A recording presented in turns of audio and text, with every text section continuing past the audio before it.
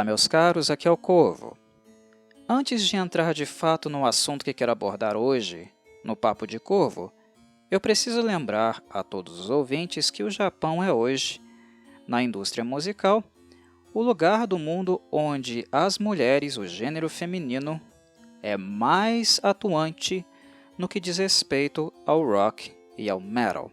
Não há, na história da indústria musical, e aí em nível global, nada parecido com o que acontece lá hoje. São muitas mulheres formando bandas completamente femininas ou então participando de algumas mistas com a presença de homens, mas atuando devidamente tocando instrumentos musicais para rock e metal. Não há precedentes na história que se aproxime minimamente do que acontece no Japão há mais ou menos uns 15 ou há 20 anos. É claro que já existiam no Japão, anteriormente, bandas femininas no passado, mas eram muito poucas, a Shouya, por exemplo, né, que é aí a banda que nós podemos dizer que tem as vovós, aquelas que abriram as portas para todas as meninas jovens adultas que hoje nós vemos explorando, trabalhando, tendo uma carreira devidamente profissional com esse estilo de música. Mas isso é muito recente. Dito isso, em nenhum outro lugar no mundo, em nenhuma década, houve tantas mulheres tocando rock e metal, a ponto até de descantear, deixar os homens um pouco de lado em termos de preferência, de procura no mercado e tudo mais. Este é o primeiro ponto. Então elas estão em evidência. Todo mundo está olhando para elas, todo mundo está escutando-as, todos aqueles que se interessam pelo gênero, pelo rock, pelo metal, e que também têm apreço por música japonesa, que lá, por sinal, é feita com muito esmero, com muita qualidade. São boas bandas de heavy metal, de hard rock, de progressive rock, de power metal. Muitas bandas com um excelente nível de qualidade. E elas estão em evidência. A partir daí, o que se pressupõe? As mulheres estão tocando música. Então, o público vai falar sobre elas e vai falar sobre a música delas. Certo? Não, errado. E esse é o meu ponto de crítica neste podcast de hoje. O fato de se falar muito delas, mas pouco da música delas. Não vemos muitas resenhas avaliando o trabalho, abordando aspectos técnicos do que elas fazem, mas nós temos uma imensidão de postagens, de manifestações nas redes sociais ou artigos também, escrevendo sobre como elas se parecem, o que elas vestem, onde elas vão, até coisas relacionadas à dieta e hobbies do dia a dia. A imagem das mulheres ainda é o centro, e o fato delas terem conquistado um protagonismo sem precedentes na história da música pesada japonesa não foi algo que devidamente trouxe ainda, espero que algum dia isso mude, mas não foi algo que trouxe ainda reconhecimento e protagonismo a elas no que diz respeito a serem instrumentistas, o que elas entregam musicalmente, que é, de fato, o trabalho delas. Elas não são modelos, elas não são profissionais que trabalham com foco na imagem, embora a imagem, não podemos ser hipócritas, a imagem ainda é muito importante, exerce um papel na divulgação, no apelo agregado ao trabalho, né? Sim, chama a atenção, sim, atrai público, mas não é o foco. Se fosse o foco, elas não seriam tão dedicadas e não seriam tão boas instrumentistas como elas são. Está aí um pequeno, enorme detalhe. Entendem? Elas são musicistas, elas são instrumentistas e de extrema qualidade, mas pouco se fala sobre isso. Quando nós consultamos um novo vídeo no YouTube, alguma publicação, sai um single novo e elas publicam, as bandas femininas, ou as participantes de bandas mistas publicam alguma coisa, observem, façam a experiência. Busquem um vídeo do YouTube ou a postagem oficial, a primeira que a banda faz nas redes sociais, Instagram, Twitter, whatever. Procurem essas postagens e observem a natureza dos comentários. Observem a natureza. Daqueles comentários ali, a grande maioria, 90% ou mais, o que as pessoas estão falando? Nossa, fulana está linda. Nossa, que vestido maravilhoso. A fulana é sexy. Ou, nossa, essa é minha futura esposa. São comentários dessa natureza. Nada está sendo falado sobre música. E o conteúdo apresentado, que é musical por sinal, não é trivial, banal. É excelente. Normalmente é excelente, porque lá tem bandas excelentes, com instrumentistas excelentes e mulheres tocando maravilhosamente bem um instrumento que escolhem. Baterias, baixos, guitarras, violinos. Em algumas bandas, teclados. Tocando não bem, com extrema qualidade. Mas a natureza, o que nós vemos nos comentários, são coisas do tipo minha futura esposa, que mulher sexy. Isso para não dizer, para não mencionar aqueles comentários que são extremamente sexualizados e até que deixam de fato um mal-estar em quem está lendo, devido à natureza que ali está contida. É de um nível de objetificação bem repugnante. Quando a gente olha para isso, né, quando a gente constata isso, algumas coisas nós temos que pensar e refletir. É isso o que os ouvintes de fato prezam na música dessas mulheres? Enfim, o trabalho delas, nós temos também diferenças no que diz respeito a qual a direção que essas bandas e essas mulheres escolhem adotar nas suas carreiras. Muitas bandas no Japão são independentes, ou seja, as mulheres fazem tudo sozinhas, o marketing, a própria edição dos vídeos, enfim, elas trabalham 24 horas por dia, 7 dias na semana, para tornar a banda uma empresa viável, um negócio viável e que de fato pague as contas. Bandas femininas com um controle maior sobre sua própria imagem, o que mostram, o que não mostram, o que falam sobre suas vidas pessoais, algo que no Japão é algo que se preza muito, inclusive, privacidade, bandas independentes têm maior controle sobre isso. Agora, quando se tem contratos com gravadoras, a coisa muda um pouco de figura, porque a sua imagem também passa a ser da gravadora. Quando ela firma um contrato, quando ela paga uma banda para estar sob sua brand, tem aquela coisinha também chamada direito de imagem. Então a gravadora utiliza a sua imagem como ela quer. Então tem muitas mulheres na indústria japonesa que estão vestindo certos vestidinhos curtos ou aparentando, né, um jeitinho bem infantilizado, adolescentesco, que não é compatível com a sua idade cronológica, não porque elas querem, mas porque a gravadora impõe.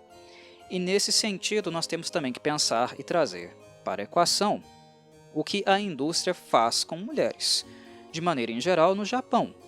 Ora, não podemos negar também que este é um fato. A indústria também dita o que elas vão fazer, o que elas vão vestir e como elas têm que se comportar. E isso não só no rock e metal, principalmente no mundo pop, mas é algo do mundo pop que também espirra, chega ao mundo do rock e metal, definitivamente. As bandas femininas que têm contratos com gravadoras acabam tendo que fazer certas coisas as quais elas não gostam, ou preferem, no caso, não fazer, mas por questão profissional de contrato acabam tendo que fazer. Mas isso é uma característica da indústria musical japonesa. Nós não podemos ocultar esse fato. A cultura idol A cultura de objetificação no Japão ela é muito grande. Ela já foi muito mais voraz, ela já foi muito mais repugnante, ela já foi muito mais misógina do que hoje ela é. Mas o Japão, de maneira geral, é um país ainda muito patriarcalista. E é um país também muito voltado para o fetichismo de corpos femininos. E isso é algo que nós podemos observar na própria história da cultura idol, na história do pop japonês, o que também se faz em programas de auditório, esses que passam em emissoras japonesas como a NHK, em tokusatsu, em animes. A gente vê esse aspecto em muitas coisas que são produzidas no Japão. E muitas musicistas tiveram uma história, uma biografia que começou, artisticamente falando, nesse ambiente. E que depois que elas fracassam ou talvez conseguem gerir seus próprios negócios sozinhas, aí elas tendem a se afastar um pouco dessa objetificação e de todo assédio que acaba sendo oriundo também da maneira como a mídia, como os meios de comunicação e seus fãs representam, abordam seus corpos. E às vezes até querendo saber demais, né? Entrar em suas privacidades, saber de suas vidas pessoais. Um caso emblemático que para nós eu creio ser raro nessa situação, nesse tipo de debate, é a própria história da Miko, da Kobato Miko, que tem uma história inicialmente como idol. Ela na verdade tinha, né, um grupinho idol, ela tentou a sorte na indústria idol, mas não conseguiu, ela fracassou. Depois disso ela acabou indo parar em um maid café, trabalhando mesmo como maid, nesses cafés que tem lá no Japão, e que, embora tenham regras rígidas, né, você não pode assediar, não pode tocar, não pode se insinuar para as maids, ainda é um tipo de indústria que trabalha com essa coisa, né, de meninas vestindo roupinhas chamativas, atrativas, se comportando como menininhas, atendendo a fetiches, interesses de homens adultos, né? Isso não tem como negar. Claro que tem muitas pessoas que visitam um maid café por curiosidade, para poder conhecer como é que é aquela coisa ali. E até mesmo pessoas que ficam constrangidas naquele ambiente. Pessoas que não estão ali com nenhum tipo de procura, né, ou experiência para saciar algum desejo que tenha por jovenzinhas, né? Claro que nem todo mundo que entra em um maid café é um tarado, mas é claro, né, é evidente que muitas outras pessoas que visitam um maid café são pessoas desse tipo. E por isso existem tais regras. E por isso vira caso de polícia quando alguém tenta fazer alguma coisa com elas, certo? Se não houvesse tal necessidade de regras, se todos fossem comportados e se não houvessem tarados ali, tais regras não seriam necessárias. No Japão, tudo isso aí é crime. Assediar uma pessoa, tocar o corpo de uma pessoa, insinuar-se sexualmente para uma pessoa lá é crime, como aqui também é. E se os maid cafés têm esse tipo de regra, é porque alguém quebra, e quebra com frequência, né? Então, elas estão assegurando assim, né, lembrando aos seus clientes que elas estão trabalhando e que elas não são prostitutas, né? Todas estão vestidas de lolis, né, lolitas, mas elas não são prostitutas. Você não deve apalpá-las, assediá-las de nenhuma forma. Mas só lembrando isso para esclarecer, né, para deixar um pouco mais clara a posição onde a Kobato Miko estava quando ela não conseguiu seguir a sua carreira de idol. Ela trabalhava com isso.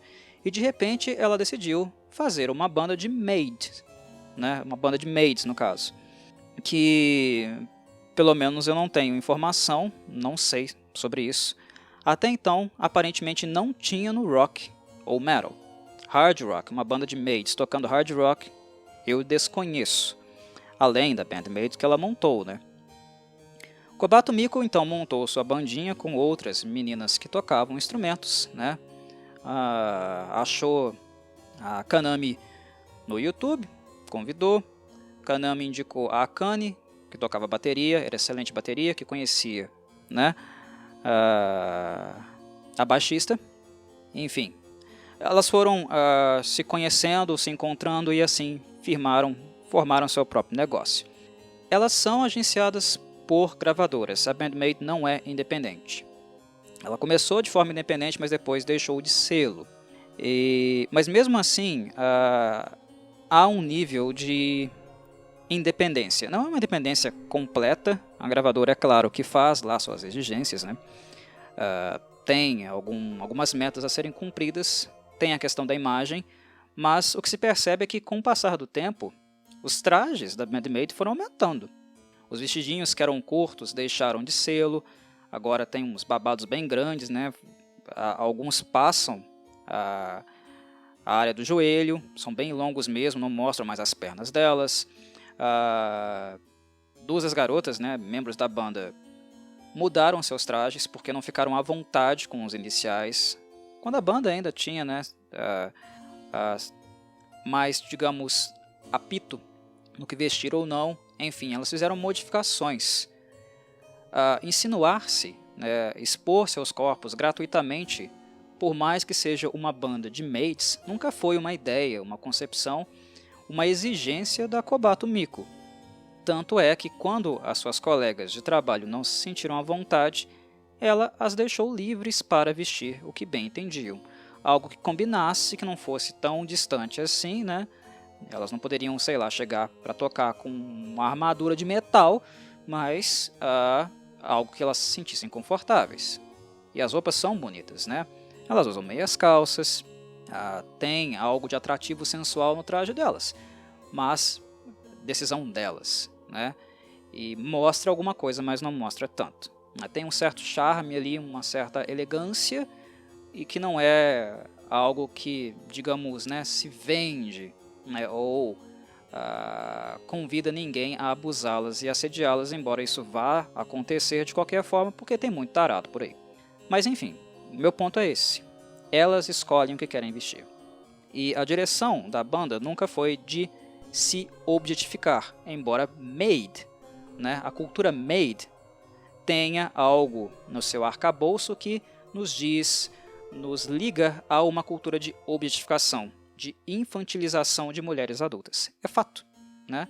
Mas isso não quer dizer que a Kobato, quando deixou de trabalhar como maid, queria isso para ela ou para a banda dela.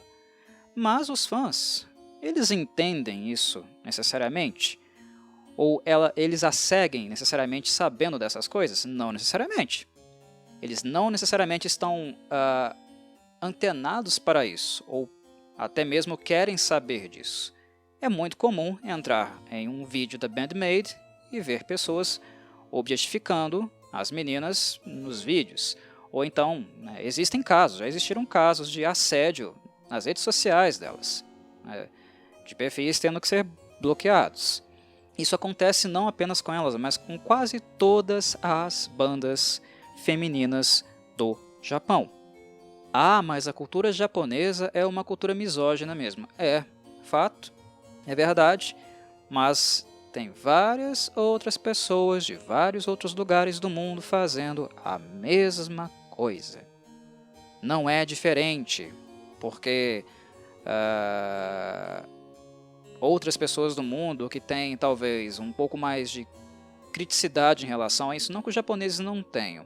Eu acho que eles têm alguns passos a dar que ainda não deram e que alguns outros países, outros lugares no ocidente já deram, já caminharam mais nessa discussão. Eles têm alguns passos ainda a dar, mas lá existe também essa questão crítica. Mas digamos que eles estão um pouquinho atrasados, também penso assim, baseado naquilo que conheço do ocidente e do oriente. Mas enfim, outras pessoas do mundo fazem isso com elas também. As assediam também nas redes sociais, o que é crime, né? E não acontece só com elas. Tem bandas que usam trajes cheios, né, que cobrem realmente o corpo, e continuam recebendo assédio. Tem bandas que nem usam aquele perfil, né, de traje lolita. Love Bites é um exemplo disso. São trajes cobertos, muito elegantes, cheios e que não mostram muitas partes íntimas dos corpos delas. E mesmo assim, elas também sofrem assédio. O conteúdo que muitas pessoas produzem da banda tem algum tipo de conotação, quase sempre. É sempre para falar do corpo delas, ou do quanto elas são bonitas, do fato de que querem casar com elas, ou sonham estar, né, na cama com elas, coisas desse nível. E são coisas que as pessoas escrevem nas redes sociais. É esse tipo de relação entre a base de fãs e a banda que normalmente a gente vê com mais frequência. E a música? Qual que é o trabalho? Qual que é o acento do trabalho em questão? Música. A imagem é importante para elas? É. Eu não vou negar isso, e eu não estou negando isso. É claro que uma vocalista como a Fuyuki Teng, lá da Unlucky Morpheus, é claro que ela coloca aquele monte de maquiagem, que ela pinta os cabelos, que ela costura seus próprios vestidos, coisa que inclusive ela é extremamente talentosa. É claro que ela se produz toda daquele jeito porque a imagem dela vende os discos. E isso para uma banda independente é muito importante. O merchandising deles, né, que vai para além dos CDs e discos, né, vender isso é importante. E a imagem da Fuki é importante para a banda. É a imagem que estampa a capa da banda. Né? Ela é a imagem da banda. Embora a Jill também seja uma mulher que toque com ela, por exemplo. O tipo de traje que ela costura, né, a maquiagem que ela utiliza, toda a arte baseada na imagem dela, a Fuki sabe que isso vai vender, que isso vai atrair atenção, porque a história dela na música é uma história que também remete a isso. A Fuki ela é seguida, buscada desde os primórdios, né? Desde a época lá da Lightbringer, porque ela é uma mulher bonita também. E ela sabe disso. E é claro que ela vai trabalhar, que ela vai colocar atenção na imagem dela.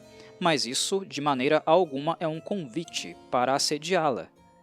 Mas entra aí em qualquer fórum da Unlucky Morpheus, da Ankimo, e observe o tipo de comentário quando o assunto é Fuki. Quando aparece alguma imagem nova da Fuki, às vezes eles estão vendendo camisetas largas inclusive. A Unlucky Morpheus, a banda produz roupas muito largas, mas teve momentos, né, nas roupas que eles produziram, roupas casuais mesmo, para usar no dia a dia, né, bermudas, camisetas, algumas foram mais curtinhas. Observe os comentários que tem numa foto de divulgação de produtos da Fuki e da Jill, das duas mulheres da banda. Observem os comentários. Depois consultem as fotos promocionais do Shiren, do Jinya, do Ogawa, do Fumiya. Observem os comentários, como eles mudam.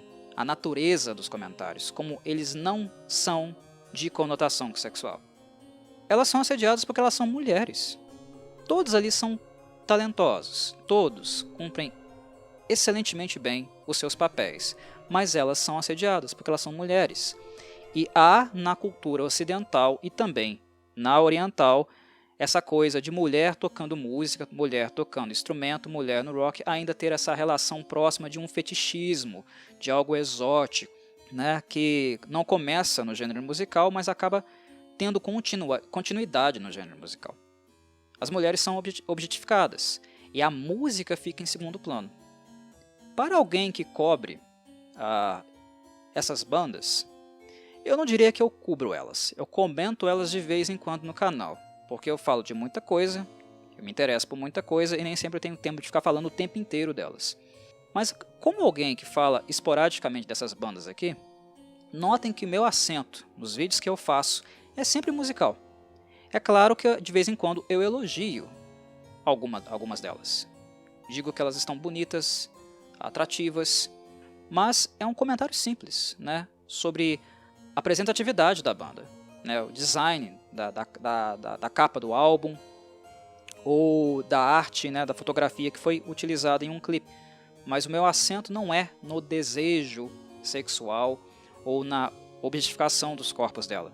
Eu não chamo nenhuma delas de gostosa, ou digo coisas baixas, mais baixas, para, no caso, né, extravasar um desejo, algum tipo de atração sexual. Eu me distancio muito disso. E eu me preocupo em me distanciar muito desse tipo de comentário quando eu estou fazendo review de algum álbum. Porque, não apenas no YouTube, mas em sites que comentam essas bandas, que publicam coisas a respeito, fóruns de fãs, normalmente é quase 99% de gente fazendo isso. Claro que não são todos. Tem gente que não faz. E tem gente que também se incomoda com isso quando percebe que o público, os fãs, só falam disso. E aí que está o problema. É também o que me motiva a gravar um vídeo como esse. Porque quando você entra no YouTube, quando você visita algum material promocional dessas bandas, no que diz respeito às mulheres, os fãs estão falando apenas disso. Entrem em postagens e observem por si mesmos. É um vídeo musical, é um material promocional divulgando o trabalho, às vezes com merchan, às vezes com música, e ninguém está falando dessas coisas. Está falando apenas dos corpos das meninas. Só disso. E mesmo aqueles que não são ofensivos, aqueles que não têm um conteúdo repugnante, não tem algo que configura-se em assédio, mesmo os mais leves, tem esse grau de objetificação. Ninguém precisa dizer que as instrumentistas japonesas, as meninas que trabalham em bandas japonesas, que algumas delas são bonitas, são atraentes. Elas sabem, todo mundo sabe. Elas não precisam ouvir vocês dizendo isso. E basicamente é a única coisa que vocês dizem para elas. Entender o que elas estão fazendo, o que elas estão tocando no instrumento delas, ninguém faz. Quase ninguém comenta. E vocês já pararam para pensar, quando elas recebem, quando elas escutam coisas relacionadas ao trabalho delas, de fato, o musical, a imagem também é importante, a imagem também é parte do trabalho, mas é secundário. É algo como jogar, né, o jogo da mídia. É atrair também um público pela imagem, mas o enfoque é musical. Tá? Elas não vendem os seus corpos, elas vendem a sua música. Mas enfim, já pararam para pensar como elas devem ficar satisfeitas quando alguém entra em um vídeo ou em uma foto promocional e fala sobre a música? Comenta sobre a música? Diz alguma coisa, algo técnico, algo que chamou a atenção em composição tal, em momento tal, no refrão ou num solo? Já pararam para pensar como elas devem ficar muito satisfeitas quando têm a oportunidade de perceber que os fãs estão realmente consumindo, escutando o seu trabalho, compreendendo o seu trabalho, ao invés de ficar olhando para o peito e a bunda delas?